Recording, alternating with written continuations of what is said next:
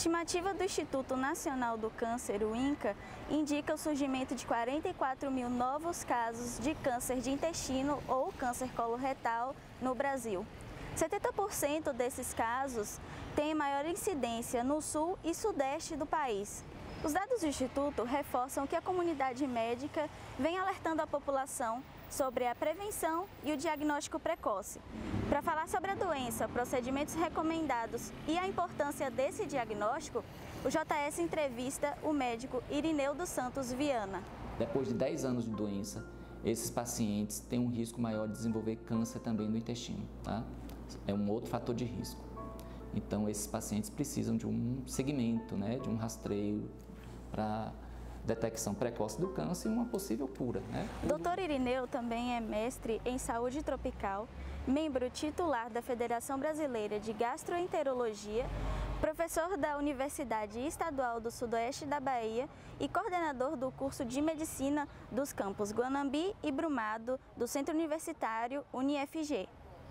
O senhor poderia explicar o que é câncer coloretal? Boa tarde, Letícia. É uma honra poder recebê-los aqui no meu consultório para falar de um assunto tão importante, né, tão polêmico e que vem mudando, né, ultimamente com relação ao aumento, né, da incidência desse tipo de câncer no Brasil e também no mundo, né? O câncer coloretal, como o próprio nome diz, é aquele câncer que acomete o cólon, né, os cólons, né, e o reto sigmoide.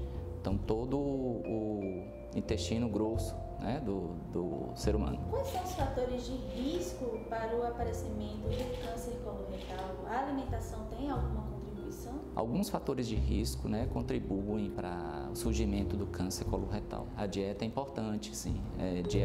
Acredita-se que dieta rica em carne vermelha, certo? Em açúcares, né, pobres em fibras, né, possam exercer influência no surgimento do câncer. Então, daí a gente vê, né, a importância da prevenção. Então, um dos fatores que previnem, né, o câncer coloretal seria uma dieta rica em fibras, suplementação hídrica e atividade física.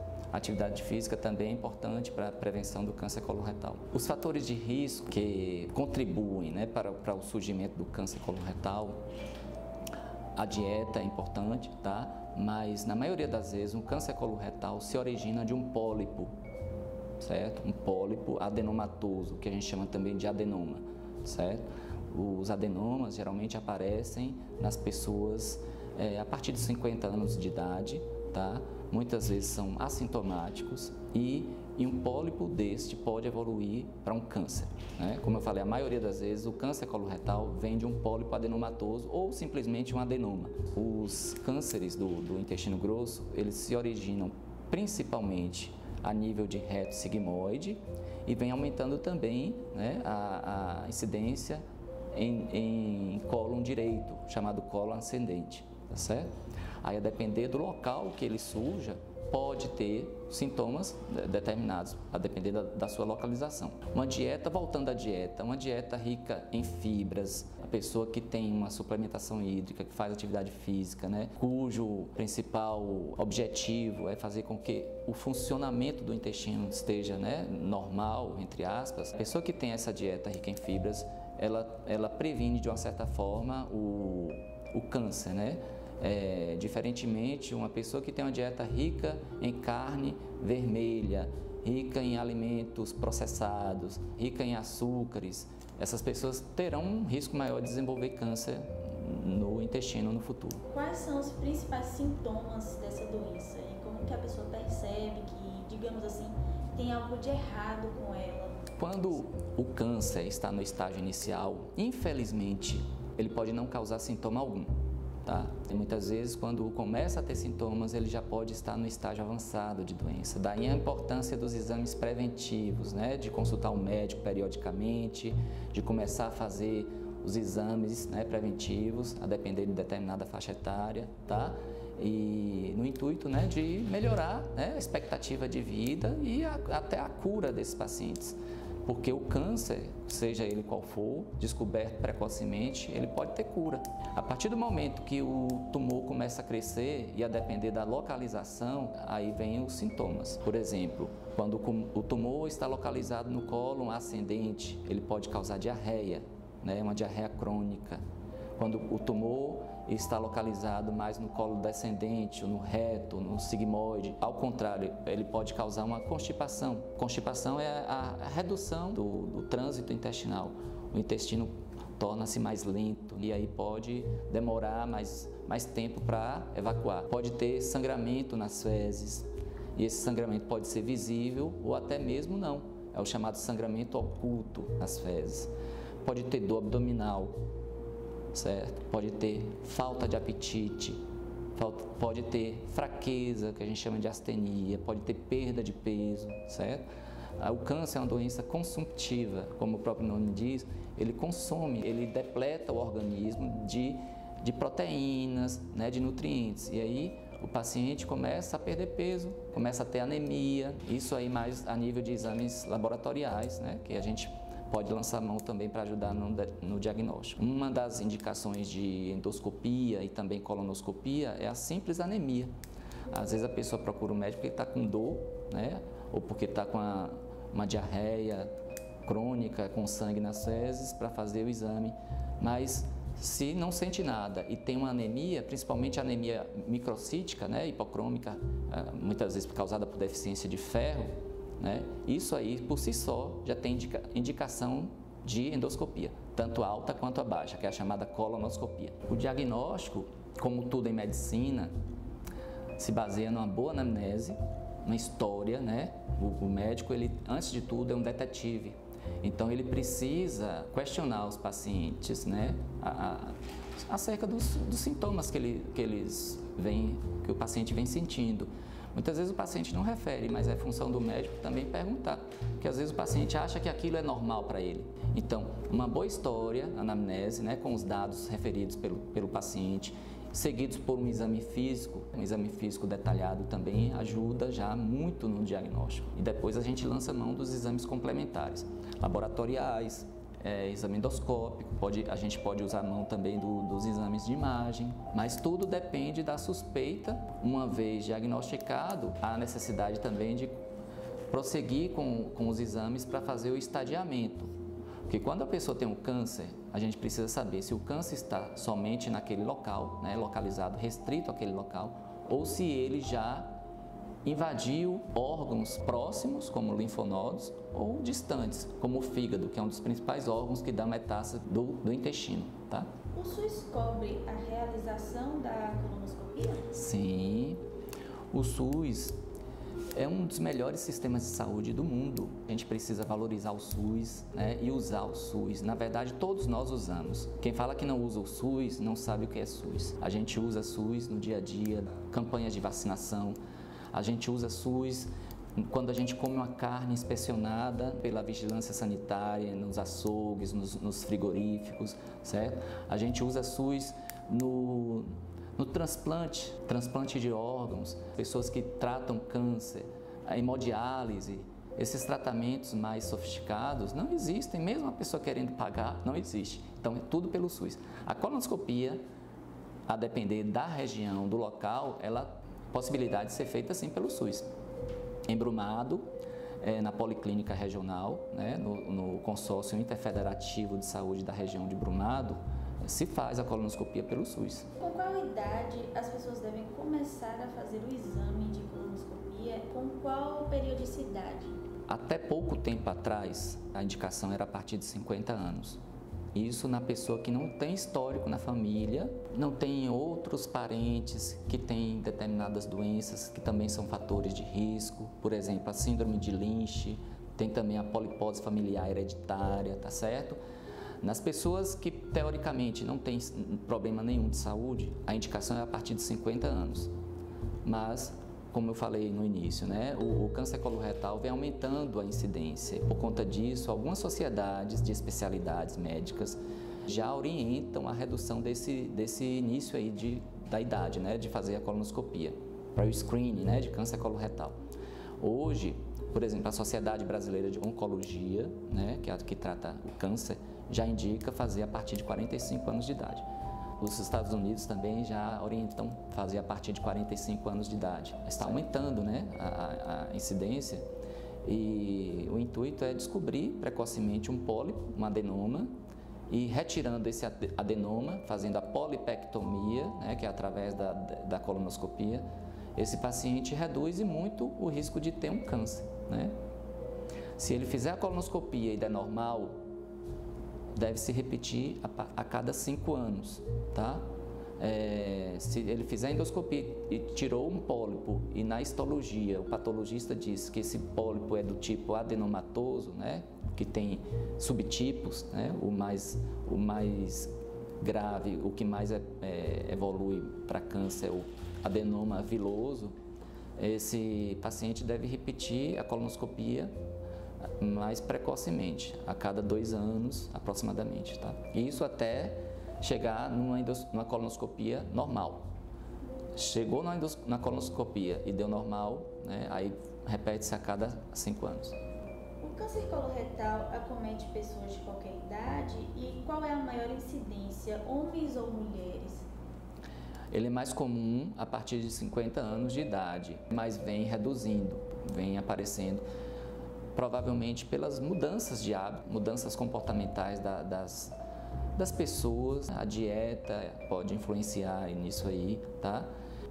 Mas tem pessoas que têm as chamadas síndromes hereditárias, que geralmente ocorre abaixo de 40 anos. A síndrome de Lynch, por exemplo, ela acomete pacientes que têm uma idade mais jovens. Pessoas que têm outros membros na família que tiveram câncer mais cedo, abaixo de 50 anos, a gente deve suspeitar nessa síndrome. E aí deve fazer o exame de rastreio nos outros parentes de primeiro grau, tá? E tem também a chamada polipose familiar hereditária. São inúmeros pólipos no intestino, que também é fator de risco para câncer. Se o paciente tiver essas duas condições, deve começar a fazer a colonoscopia mais cedo na vida. Mas, como qualquer tipo de câncer, ele é mais prevalente a partir de 50 anos, sendo alguns pacientes jovens, né, com essas duas síndromes principais que eu falei aí, podendo acometer em uma idade mais jovem. Pacientes que têm doenças inflamatórias intestinais, por exemplo, a retocolite ulcerativa idiopática e a doença de Crohn, que acomete também adolescentes, né? Esses pacientes, se tiverem uma forma chamada colite extensa, a colite extensa é aquela colite que acomete todo o colo, né? Antigamente era chamada de pancolite. Hoje a gente usa esse termo de colite extensa. Quando o paciente tem uma doença inflamatória intestinal e acomete toda a extensão do colo, depois de 10 anos de doença, esses pacientes têm um risco maior de desenvolver câncer também do intestino, tá? É um outro fator de risco. Então, esses pacientes precisam de um segmento, né, de um rastreio para detecção precoce do câncer e uma possível cura, né? Tudo descoberto mais cedo, o prognóstico é melhor. Quais os cuidados a mais o senhor recomenda para pessoas que têm histórico de câncer coloretal na família? A pessoa que tem um parente de primeiro grau, né, um parente que teve câncer coloretal, deve, se for um idoso, uma pessoa idosa, né, ela não tem assim, uma preocupação, não tem que fazer tem que seguir o que é recomendado, né, a partir de 45 anos de idade, começar a fazer a colonoscopia. Agora, se esse parente de primeiro grau teve um câncer jovem, certo? Por exemplo, com 40 anos, essa pessoa, o parente de primeiro grau, deve começar 10 anos antes. Então, com 30 anos, a pessoa deve já começar a fazer a colonoscopia. Isso se o câncer acometeu uma idade mais jovem, tá? Mas se a pessoa, por exemplo, tem um parente que teve câncer com 70 anos de idade, né? Habitualmente, os tumores malignos, né, que os cânceres, eles acometem pessoas de mais idade, né? Mas, sendo de outra forma, acometendo mais jovem, deve fazer 10 anos antes. Então, se eu tenho um irmão, um pai que teve um câncer com 40 anos, eu devo começar a fazer a colonoscopia com 30 anos de idade. fez aos 30 anos, não deu nada, aí deve fazer a cada 5 anos, tá? Tem alguns outros exames, né, que podem ser feitos para o screening também de câncer coloretal, como a pesquisa de sangue oculto nas fezes, mas depende muito do método. Tem laboratórios que usam métodos que não são tão específicos, que podem dar um resultado falso positivo na coleta. O paciente tem que fazer uma dieta rigorosa, porque até uma simples carne, né, porque a carne tem sangue, né? Determinados alimentos ricos em ferro pode dar um resultado falso positivo. O médico interpreta aquilo como verídico, né? E aí, de toda forma, vai ter que fazer também a colonoscopia para investigar se ele não tem alguma lesão ali que esteja, né, fazendo com que ele perca o sangue, né? Tendo hemorragia digestiva oculta, principalmente oculta, né? Porque é a pesquisa de sangue oculto nas fezes. O senhor, no seu dia a dia como médico, percebe que há um certo temor ou constrangimento das pessoas em fazer a colonoscopia? Sim. A colonoscopia, ela é um exame que, sim, ela não deixa de ser um exame invasivo, né? É um exame que oferece um certo risco ao paciente, apesar de ser um exame seguro, né, feito por médicos especialistas, mas é um exame que tem um certo preparo, né? A pessoa vai ter que, como é feita com a anestesia, a pessoa tem que fazer um eletrocardiograma para ver como está a parte cardíaca, né? Pessoas que têm algum problema respiratório, tem que ver essa parte da função respiratória também, fazer exames de laboratório, né, para ver como é que está a coagulação sanguínea. Passar por uma avaliação pré-anestésica e só assim, né, fazer o procedimento. Antes de realizar a colonoscopia em si, tem um preparo, né, o chamado preparo do cólon, que o paciente vai ter uma dieta específica 2 dias antes, né, uma dieta mais pastosa, né, e vai tomar um laxante, né, para que limpe o intestino e só assim possa fazer o exame. Porque a gente não pode fazer o exame com o intestino com fezes, né? Só pode quando o intestino for bem preparado, estiver limpo, aí sim, o paciente é anestesiado e o aparelho é introduzido, né, pelo ânus, e a colonoscopia bem feita, ela deve ir até o ilho distal, que é a parte final do intestino delgado, né? O médico endoscopista que faz colonoscopia, ele tem a obrigação de penetrar na válvula iliocecal e avaliar a porção distal do intestino delgado. Porque algumas doenças do cólon podem acometer também a parte final do delgado, certo? A endoscopia, no caso aí a colonoscopia, que não deixa de ser uma endoscopia, né? A endoscopia é um exame endoscópico, a colonoscopia, ela pode ser diagnóstica e terapêutica. Como o nome diz, diagnóstico é quando a gente está no intuito de investigar, né? Investigar se tem alguma doença, por exemplo, dor abdominal, né? Para ver se tem uma colite. E pode ser terapêutica quando a pessoa tem, por exemplo, um pólipo, né? Que está sangrando. A gente pode fazer o exame e retirar esse pólipo, certo? Fazer a polipectomia. Retirada de corpo estranho também, tá? Isso tanto a endoscopia alta quanto a baixa. As pessoas têm um certo tabu, preconceito, né? Vergonha mesmo, né? Os homens, muitos não vão ao urologista com receio do toque retal. Lembrando que o toque retal pode se fazer até o diagnóstico também de um câncer coloretal, né? Quando o tumor está mais distalmente, né? O médico pode sentir também o tumor no simples toque do reto. O toque é para avaliar a próstata, pode ser também um exame para avaliar essa parte do intestino também, além da próstata, né? Talvez por isso seja o câncer que mais mata o homem no Brasil, né? Segundo estatísticas do INCA, né, o Instituto Nacional do Câncer, o câncer coloretal é o segundo, excetuando-se os cânceres de pele, né, que são muito comuns, No homem, o primeiro é o câncer de próstata e já está em segundo lugar o câncer coloretal.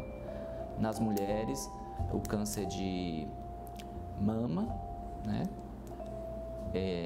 Se eu não me engano, depois vem o câncer de colo uterino e depois o câncer coloretal.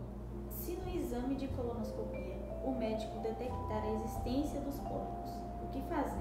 O senhor poderia detalhar o que são pólipos e como eles surgem no intestino? Certo. Pólipos são tumores benignos, tá? Semelhantemente a eu gosto de explicar ao paciente como se fosse uma verruga que cresce na pele, tá? Mas o pólipo é um tumor benigno originado da glândula do próprio intestino, tá? Existe uma predisposição genética, né, para o surgimento desses adenomas.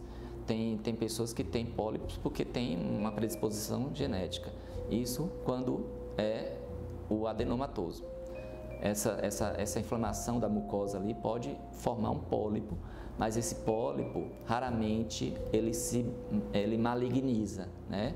Não tem um risco assim grande, diferente do adenoma, que o risco é grande, né? O adenoma, ele se subdivide em adenoma tubular, adenoma viloso e o túbulo viloso. Desses, o viloso é o que tem o maior risco de evoluir para um câncer, se não for retirado. A indicação primordial da colonoscopia, o intuito é justamente este, para detectar precocemente um adenoma, ser feita a polipectomia, né, através do próprio exame, para não deixar que esse pólipo evolua para um câncer de intestino. Então, no caso, na hipótese do exame de colonoscopia, constatar a existência desses pólipos e esses pólipos não forem retirados, eles se transformarão daí em câncer? Sim, o pré-maligno, né? Tem risco de malignizar o adenoma. Se o paciente tiver um adenoma e não retirar, ele tem um risco de evoluir para um câncer. Porque a maioria, né, dos cânceres coloretais vem de um pólipo como esse, um adenoma. E as outras causas são aquelas síndromes raras que eu falei, a síndrome de Lynch, né, que pode estar relacionado também a câncer de endométrio na mulher, câncer de ovário, né, outros tipos de câncer, tá? A polipose familiar hereditária, tá certo? As pessoas que têm doenças inflamatórias intestinais na forma de colite extensa, são outras condições, né, que aumentam a chance da pessoa vir a ter um câncer coloretal. O Instituto Nacional do Câncer, o INCA, indica o surgimento de 44 mil novos casos por ano de câncer de intestino ou câncer coloretal no Brasil, com 70% concentrados nas regiões Sudeste e Sul. E com base nesses dados, como o senhor situaria hoje a questão do câncer coloretal do ponto de vista epidemiológico brasileiro? Tem coisas que eu acredito que o desenvolvimento, né, favorece, né? E isso é um preço que a gente paga, né, pelo desenvolvimento, né? São alimentos multiprocessados, ricos em açúcares, né? E muitas vezes não fazem atividade física, o estresse, né, do dia a dia, né? Tudo isso junto vai aumentando, né, o risco de desenvolver não só o câncer coloretal, mas outros tipos de doenças, né? Por exemplo, a obesidade. A obesidade é uma epidemia, tá? Hoje as crianças não brincam como antigamente, né? De corre-corre, de esconde-esconde, é tudo brinquedo eletrônico, sentado no sofá, não é controle remoto, não levanta para fazer nada, né? Então, essas mudanças comportamentais, né, que o desenvolvimento às vezes favorece, né, favorece também o lado ruim da coisa, que é o surgimento de outras doenças, né, ou o agravamento de doenças, né. No Brasil, como falamos, né, já é o segundo câncer mais prevalente nos homens. Na mulher é o terceiro câncer, né, excetuando-se os cânceres de pele, né, não melanoma. O não melanoma. Porque a pele tem um câncer que é o mais comum, que é o epidermoide ou base celular, e tem um melanoma, que não é tão comum assim, mas é um dos mais agressivos que tem. O melanoma, ele dá metástases rápido para qualquer parte do corpo. Em que medida a falta de informação contribui para esse aumento? Divulgar o que é bom, né? Para que a comunidade já tão sofrida, né? Por inúmeros motivos, venha a ter a informação que ela merece, né? E aí entra também as campanhas, né, preventivas das sociedades de especialistas, né? A gente, durante o ano, tem quase um arco-íris, né? É março azul marinho, setembro roxo, né? Isso é válido, né? Tem o outubro amarelo, o outubro rosa, né? Da câncer de mama, novembro azul, né? Isso, eu acho assim, isso é importante para que fique o alerta, mas a saúde deve ser pensada e repensada todos os dias, todos os meses do ano, não só nesses momentos, né, de campanhas, né? E a educação, como eu falei, anda de mãos dadas, né? Só o médico tem que fazer esse papel também, né? Junto aos seus pacientes, aos familiares, né? Os estudantes de medicina junto também na rede básica, que muitos já começam a atuar na rede básica de saúde, né? Para fazer campanhas, né? Preventivas nas escolas dos bairros. A comunidade se né, ajudando. Qual é a mensagem mais importante que o senhor gostaria de deixar para os leitores do JS? Praticar hábitos saudáveis. Nós somos, como eu falei, nós somos frutos daquilo que praticamos, né? Então, e esses hábitos devem ser influenciados, né, desde a infância, né, com exemplos dos próprios pais. A criança vê nos pais um grande exemplo. Então, se um pai fuma, se um pai bebe, a criança vai com certeza aprender aquele hábito. Porque ela está vendo o pai ali bebendo, ela vai achar aquilo bonito. Ela está vendo o pai fumando todo dia, ela vai achar aquilo bonito e vai achar que aquilo é normal. Então, os exemplos educam também. Então, pratiquem hábitos saudáveis, né? E evitem as extravagâncias, né? Procurem viver no equilíbrio, né? Na vida, a gente tem que viver sempre em equilíbrio. Eu falo que a diferença de um remédio e de um veneno é a dose, né? Então, nada é proibido, contanto que vivemos em equilíbrio com responsabilidade, né? Evitar fumo, bebida somente uma quantidade, né? Que não venha causar mal, uma bebida moderada não causa mal, tá? Mas não fazer extravagâncias, né? Praticar atividade física, uma dieta saudável, horas de sono bem dormidas, momentos de lazer, não viver só para o trabalho, né? Cuidar da saúde mental. A saúde mental é fundamental. A gente muitas vezes pensa no nosso corpo e esquece da mente, né? As doenças, principalmente do sistema digestivo, lembrando que o intestino é considerado nosso segundo cérebro, né? Ele sofre muita influência do emocional, né? O sistema digestivo, o tubo, né? O intestino, ele alberga a microbiota intestinal, que é uma grande fonte de pesquisa hoje em dia. Tem muitas doenças relacionadas à microbiota intestinal, tá? São inúmeros trabalhos nessa área aí. Na verdade, a gente que vive nas bactérias, não elas que vivem na gente. Tem mais genoma das bactérias intestinais do que o próprio genoma humano, tá certo? E aí elas influenciam no funcionamento do corpo. Tem uma íntima relação da microbiota intestinal com o cérebro, com algumas doenças também, tá? A depender da cepa de bactérias que estão presentes no nosso intestino, tá? Então, vamos cuidar da alimentação, né? Vamos cuidar bem da nossa microbiota, que a gente, com isso, a gente vai ter uma saúde, né? E vai ter uma qualidade de vida, né? praticar bons hábitos. Resumindo numa frase, praticar bons hábitos. O senhor gostaria de acrescentar algo mais? Não, acho que a entrevista foi contemplada. A gente falou mais no intuito preventivo, né, que eu acho que é o mais importante. O paciente que se deparar com câncer coloretal, a depender do estágio, né, como eu tinha dito antes, ele precisa ser direcionado a um tratamento.